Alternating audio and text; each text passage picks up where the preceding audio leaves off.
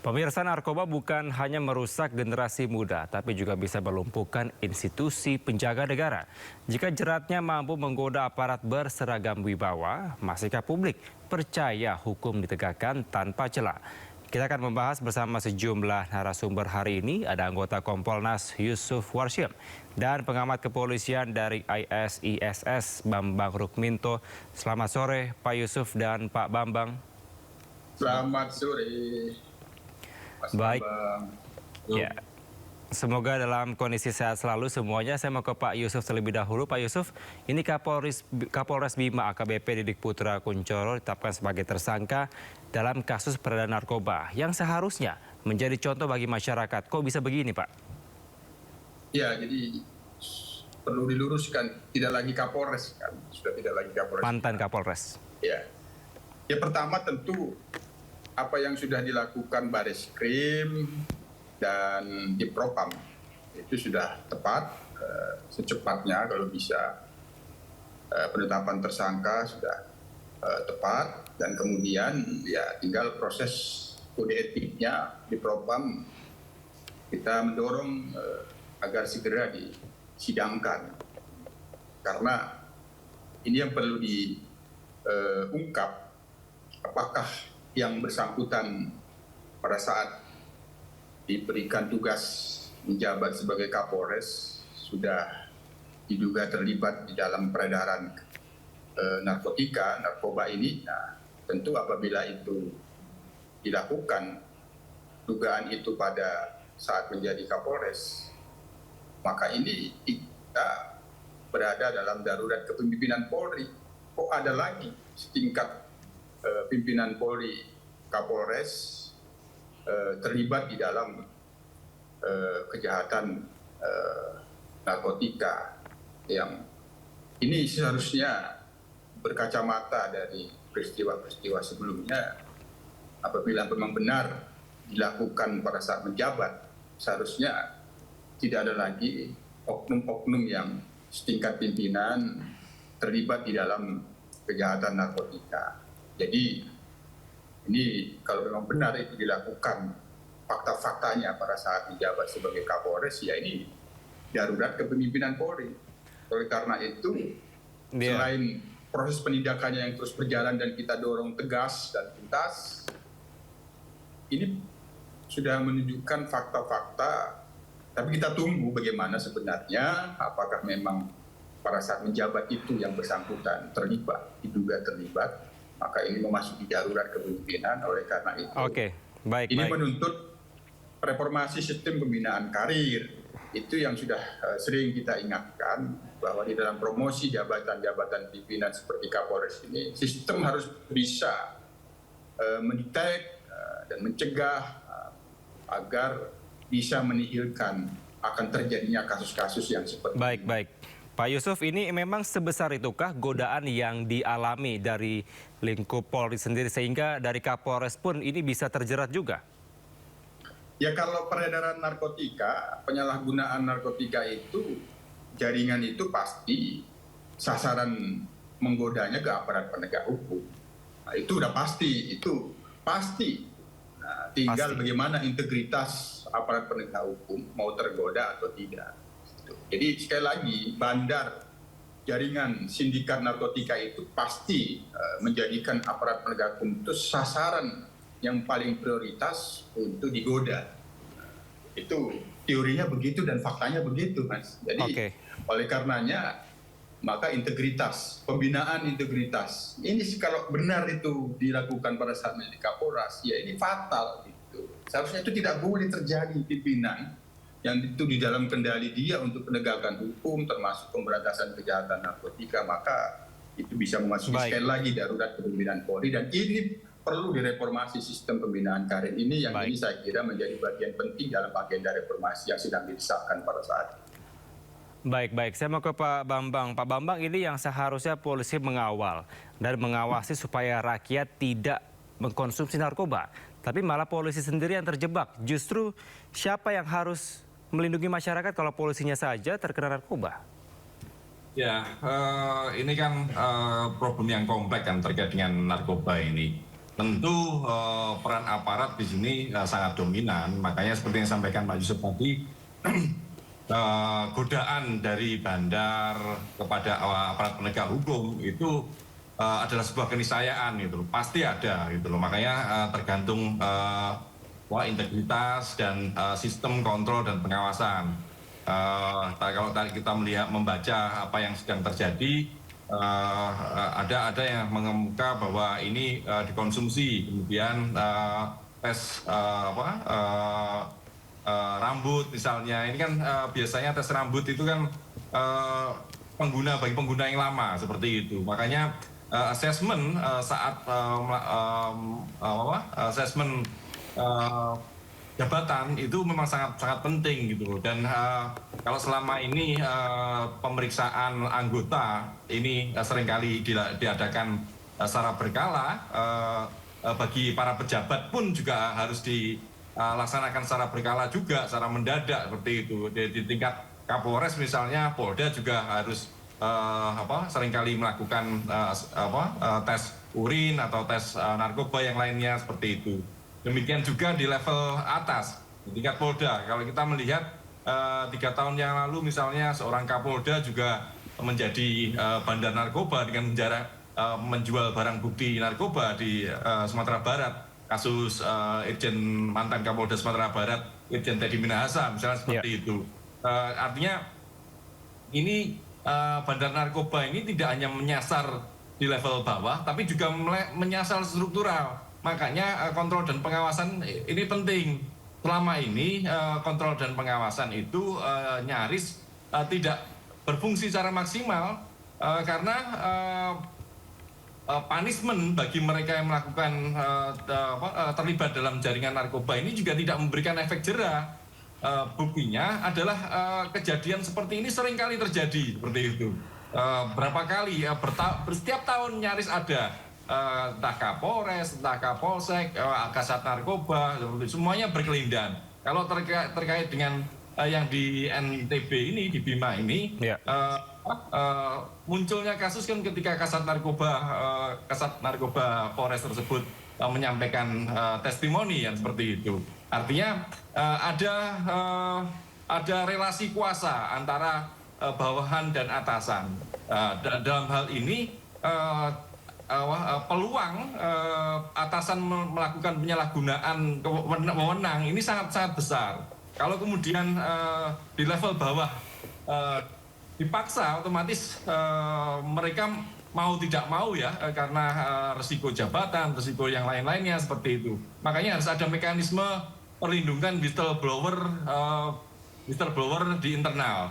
Ya, harapannya sih Kompolnas bisa menjadi lembaga eksternal yang melindungi whistleblower dari internal ini seperti itu. Karena kasus-kasus seperti ini seringkali terjadi pelanggaran etik, pelanggaran disiplin maupun tindak pidana yang dilakukan oleh anggota kepolisian ini tidak terungkap, gitu loh. Tidak terungkap karena itu saling melindungi, apalagi menyangkut pimpinan struktural. Makanya Kompolnas ini harus diberikan kewenangan yang lebih. Tapi kan problemnya Kompolnas sekarang kan tidak diberikan kewenangan ke arah sana seperti itu. Pak Bambang, tadi Pak Yusuf sempat mengatakan ini adanya darurat kepemimpinan Polri. Menurut Anda sedarurat apa saat ini Pak kepemimpinan Polri? Ya, reformasi kultural ini kan banyak aspek kan. Salah satu problemnya memang ketauladanan dan kemudian meritokrasi yang terjadi di kepolisian ini salah satunya juga efek kepemimpinan gitu loh. Penempatan pejabat-pejabat seperti struktural ini seringkali tidak melalui sistem merit system yang baik yang sudah diatur. Lebih karena kedekatan, karena gerbong-gerbong ini masih berlaku. Makanya sempat di akhir tahun kemarin misalnya Pak Kapolri menyampaikan lebih dari 60% Kapolres, terus kemudian di reserse ini underperformance seperti itu. Artinya ada problem di situ. Tapi apa evaluasi yang dilakukan? sebelum langkah evaluasi dilakukan malah yang muncul kasus di mantan Kapolres Bima ini seperti itu kan. Artinya upaya untuk melakukan perbaikan-perbaikan itu harus dipercepat. Tidak bisa menunggu lama. Reformasi Polri yang dituntut oleh masyarakat ini membutuhkan percepatan-percepatan gitu. Tidak bisa menunggu dari Komisi Reformasi yang dibentuk oleh Presiden seperti itu. Makanya di internal sendiri juga harus ada perubahan-perubahan seperti itu. Baik. Sebelum kita melanjutkan dialog lebih jauh, Bapak-Bapak, kita akan mendengarkan terlebih dahulu pemirsa ada informasi kasus narkoba perwira tinggi Polri. Ini tak hanya AKBP Didik, sejumlah perwira polisi juga pernah ditangkap akibat terlibat narkoba. Dan berikut daftarnya, pemirsa. Jaringan narkotika makin terang-terangan bermain dengan penegak hukum. Sejumlah perwira polisi terbukti terlibat narkotika, baik sebagai pemakai hingga terlibat dalam peredarannya. Berikut di antaranya. Mantan Kapolda Sumatera Barat, Irjen Teddy Minahasa. Ia dinyatakan bersalah mengedarkan narkotika jenis sabu seberat 5 kg dan divonis hukuman penjara seumur hidup pada 2023 lalu. Kasus Teddy juga menyeret ex-Kapolres Bukit Tinggi AKBP Dodi Prawiranegara. Dodi diperintahkan Teddy menjual sebagian barang bukti sabu kepada warga sipil. Selain menyeret Dodi, kasus Teddy juga menyeret ex-Kapolsek Kalibaru, Jakarta Utara, Kompol Kasranto. Kasranto turut dalam transaksi dan peredaran narkotika jenis sabu. Lalu, ada ex-Kapolsek Kebayoran Baru, Jakarta Selatan, AKBP Beni Alamsyah yang terlibat penyalahgunaan narkotika. Kombes Julius Bambang Karyanto, perwira menengah Polri dan pejabat di Baharkam Mabes Polri juga terseret penyalahgunaan narkotika. Kapolsek Astana Anyar Bandung Kompol Yuni Purwanti Kusumadewi juga ditangkap Propam Polda Jabar di sebuah hotel Februari 2021 silam. Bersama 11 anak buahnya, Kompol Yuni diduga berpesta sabu. Berikutnya, ex-Kasat Narkoba Polres Karawang AKP Edi Nurdin Masa yang terlibat peredaran narkotika di tempat hiburan malam di kawasan Bandung. Agustus 2022, Polda Jatim menggerebek Polsek Sukodono, Sidoarjo dan menemukan sang Kapolsek AKPI Ketut Agus Wardana bersama 2 anggotanya tengah pesta sabu. Di Riau, ex-Kasat Narkoba Polresta Pekanbaru Kompol Yohanes Caniago ditangkap personel Polda Riau. Yohanes ditetapkan tersangka setelah viralnya video dirinya sedang mengisap sabu di dalam mobil dan terekam kamera CCTV pada April 2021 silam. Masih dari Riau, seorang perwira polisi di Treskrimum Polda Riau Kompol Imam Zaidi ditangkap Polda Riau saat mengirimkan sabu seberat 16 kg di Pekanbaru.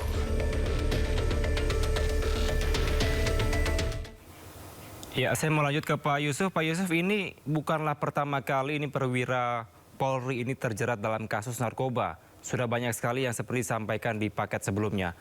Jangan-jangan ke depan akan ada kepastian perwira polisi akan terjerat narkoba lagi? Ya, kemungkinan itu ya tidak tertutup. Nah, makanya ini harus diperlukan, mumpung lagi ada desakan reformasi, maka sistem pembinaan karir itu mendesak. Kalaupun sudah ada, maka komitmennya yang harus ditegakkan. Di komitmen meritokrasi di dalam promosi jabatan. Bagaimanapun kita tidak bisa tidak mengkaitkan ke soal sistem pembinaan karir, karena ketika itu data-datanya ya sudah sedemikian seperti itu, apabila yang terjadi ini saat ini dilakukan pada saat menjabat sebagai Kapolres, maka ya itu menunjukkan bahwa ini adalah data ada darurat kepemimpinan Polri yang seharusnya itu tidak terjadi sekali lagi dilakukan oleh pimpinan Polri, karena bagaimanapun jaringan sindikat narkoba itu menjadikan aparat penegak hukum itu sasaran untuk digoda. Ketika itu terjadi kepada anggota biasa, kita masih bisa paham lah gitu, namanya di lapangan gitu. Tapi ini pimpinan. Yang kedua, ini kan pemberantasan narkoba ini kan komitmen Presiden Prabowo yang begitu jelas di dalam Asta Cita harus diberantas oleh Polri. Oleh karena itu, tadi sudah disinggung oleh Mas Bambang, yang paling jangka pendek saat ini untuk komitmen tegak lurus kepada Asta Cita Presiden di dalam pemberantasan kejahatan narkoba itu, segera dibangun komitmen reformasi kultural yang itu memberikan ruang yang pasti dan terlindungi adanya whistleblower. Polisi banyak yang berintegritas, biar mereka merasa terlindungi dan berani menyampaikan apabila memang ada mengetahui potensi-potensi pelanggaran khusus terkait dengan keterlibatan oknum-oknum pada kejahatan narkoba. Karena ini komitmen Presiden ini. Baik, Pak Yusuf, ini saya mau mengkritisi lebih dalam. Kira-kira mengapa saat ini polisi bisa terjerat narkoba? Apakah memang untuk keuntungan semata atau karena memang beban pekerjaan yang begitu besar sehingga butuh adanya ketenangan dalam tanda kutip bisa melalui narkoba, atau memang butuh hiburan semata, atau seperti apa sebenarnya menurut Anda?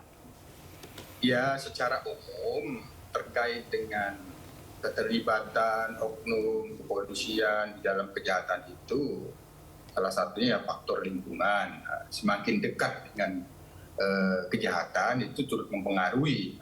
Makanya orang-orang yang diberikan tugas terlibat di dalam pemberantasan narkotika itu biasanya lebih dekat dia tergoda untuk melakukan kejahatan, itu lingkungan. Yang kedua bisa juga gaya hidup. Makanya dari apa yang diungkap nanti di Propam, kita dorong lebih cepat akan mengemuka apa sih yang menjadi motif, apa yang menjadi faktor mengapa kehilangan kontrol atas integritas. Kalau itu dilakukan sebagai pimpinan, tanggung jawab sebagai pimpinan kepada anggotanya untuk memberikan teladan yang baik. Mengapa sampai lost control itu? Apakah lingkungan itu tadi ada godaan, atau ada faktor gaya hidup, atau beban-beban tugas yang bisa jadi memerlukan adanya kebutuhan untuk anggaran di dalam operasional, tapi seperti itu tidak mungkin gitu. Itu sangat fatal dilakukan. Bisa jadi lingkungan, gaya hidup ini yang dominan. Ya, Pak Bambang, tanggapannya Pak, silakan. Ya, kawan-kawan yang bertugas di Satuan Narkoba ini memang sangat rawan ya. Bebannya tentu sangat berat dibandingkan kawan-kawan yang berada di office misalnya seperti itu, di Satlantas. Itu tentu bebannya sangat berbeda. Berhadapan dengan bandar narkoba, pengedar narkoba, pengguna dan yang lain-lainnya, paparan-paparan terkait dengan narkoba ini sangat kuat seperti itu.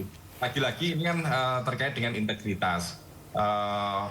Makanya rolling tour of duty itu perlu dilakukan bagi mereka, dan juga pengawasan ini juga menyangkut dengan perlindungan pada mereka yang berada di jajaran terdepan gitu. Kalau terkait dengan posisi struktural kepemimpinan, Kapolres, Kapolsek, ini kan sebenarnya memiliki jarak dengan dengan lingkungan narkoba tadi. Makanya ini bukan hanya sekedar tekanan yang tadi tekanan, tapi lebih pada gaya hidup, perilaku individu seperti itu. Makanya perilaku individu ini akibatnya bisa kemana-mana, gaya hidup hedon, kemudian juga karena dia memiliki kewenangan, akhirnya ya abuse of power seperti itu. Nah, seperti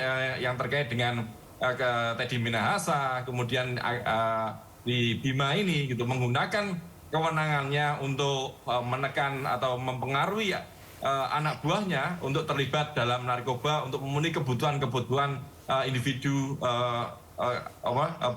pemimpin seperti itu. Pak, saya ingin mengkritisi lebih dalam terkait dengan gaya hidup yang Anda sampaikan tadi. Memang kultur atau budaya yang sudah terbangun di kepolisian saat ini sehingga gaya hidup sebagai faktor, mungkin faktor utama penyebabnya seperti apa menurut Anda? Ya, memang gaya hidup kan perilaku individu ya. semua orang dengan latar belakang yang berbeda-beda, pendidikan yang berbeda, tentu hal-hal seperti faktor lingkungan ini sangat berpengaruh pada gaya hidup. Tetapi lagi-lagi ketika masuk dalam kepolisian, komitmennya harus jelas gitu loh. Komitmennya harus tetap tunggal. Tribrata, catur prasetya itu harus menjadi pedoman. Hidup sederhana itu harus menjadi perilaku gitu. Nah, kalau kemudian keluar dari sana, tentu ini anomali gitu loh. Kesalahan juga bagi personil tersebut. Kalau kita melihat laporan terakhir bahwa narkoba yang berada di rumah dinas ini dikonsumsi, ini kan tidak masuk akal juga gitu loh. Publik tentu akan mempertanyakan apakah sebegitunya penggunaan narkoba itu untuk dikonsumsi pribadi suami istri ini seperti itu. Kemudian juga kalau ada informasi terkait meminta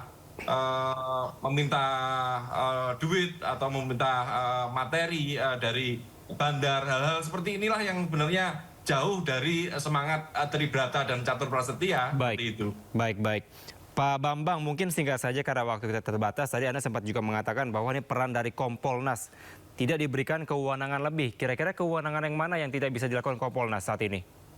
Ya, Kompolnas selama ini nyaris hanya menerima keluhan-keluhan dari masyarakat saja, tapi untuk melakukan tindakan tidak bisa gitu loh. Karena undang-undangnya hanya mengatur demikian, hanya memberikan saran kepada Presiden terkait pemilihan Kapolri, kemudian menerima keluhan dan menyampaikan masukan-masukan kepada Kapolri, tapi tidak ada kewenangan untuk mengeksekusi, gitu, melakukan penyidikan, memanggil, kan tidak diberikan kewenangan seperti itu. Makanya ini yang harus didorong ke depan. Kembali ke TAP MPR 7 tahun 2000. Harus ada lembaga dibanding Kompolnas yang sekarang sudah ada seperti itu. Oke, Pak Yusuf terakhir tanggapannya Pak sebagai penutup juga. Ya, saya kira kalau sudah disinggung oleh Mas Bambang, selain apa yang sudah saya sampaikan tadi, maka sekali lagi ini alarm kuat. Jangan sampai terjadi benar-benar ada darurat kepemimpinan. Oleh karena itu, alarm ini kita tujukan kepada pengawas internal segera melakukan audit perilaku seluruh pimpinan-pimpinan, dipastikan bahwa tidak ada hal-hal yang berpotensi menimbulkan hal-hal seperti yang ada di Bima ini. Yang kedua, ya tentu pembinaan tidak hanya mental, rohani, pembinaan integritas, tapi yaitu sistem pembinaan karir itu yang memberikan semua orang-orang, sekali lagi, polisi baik yang ada di Polri itu banyak. Ini adalah oknum, maka kita berharap mereka-mereka yang berintegritas itu diberikan kesempatan di dalam sistem pembinaan karirnya. Yang kedua, kalau Tribrata, catur prasetya itu kan sangat idealis. Itulah idealitas Polri. Tapi sesungguhnya kan ada program-program memberikan teladan seperti Ugeng Kuwot. Mereka-mereka yang sudah berikan penganugerahan itu sebenarnya role model. Maka kita berpesan kepada seluruh pimpinan yang diberikan tugas, seluruh anggota, mereka-mereka yang sudah diberikan penghargaan Ugeng Kuwot itu, barangkali perlu dijadikan role model. Bagaimana hidup mereka, bagaimana gaya hidup mereka, bagaimana kebahagiaan mereka menjadi polisi selama pengabdian selama ini. Itu perlu dijadikan model sehingga dapat mencegah godaan-godaan apabila sifatnya individual gaya. Itu.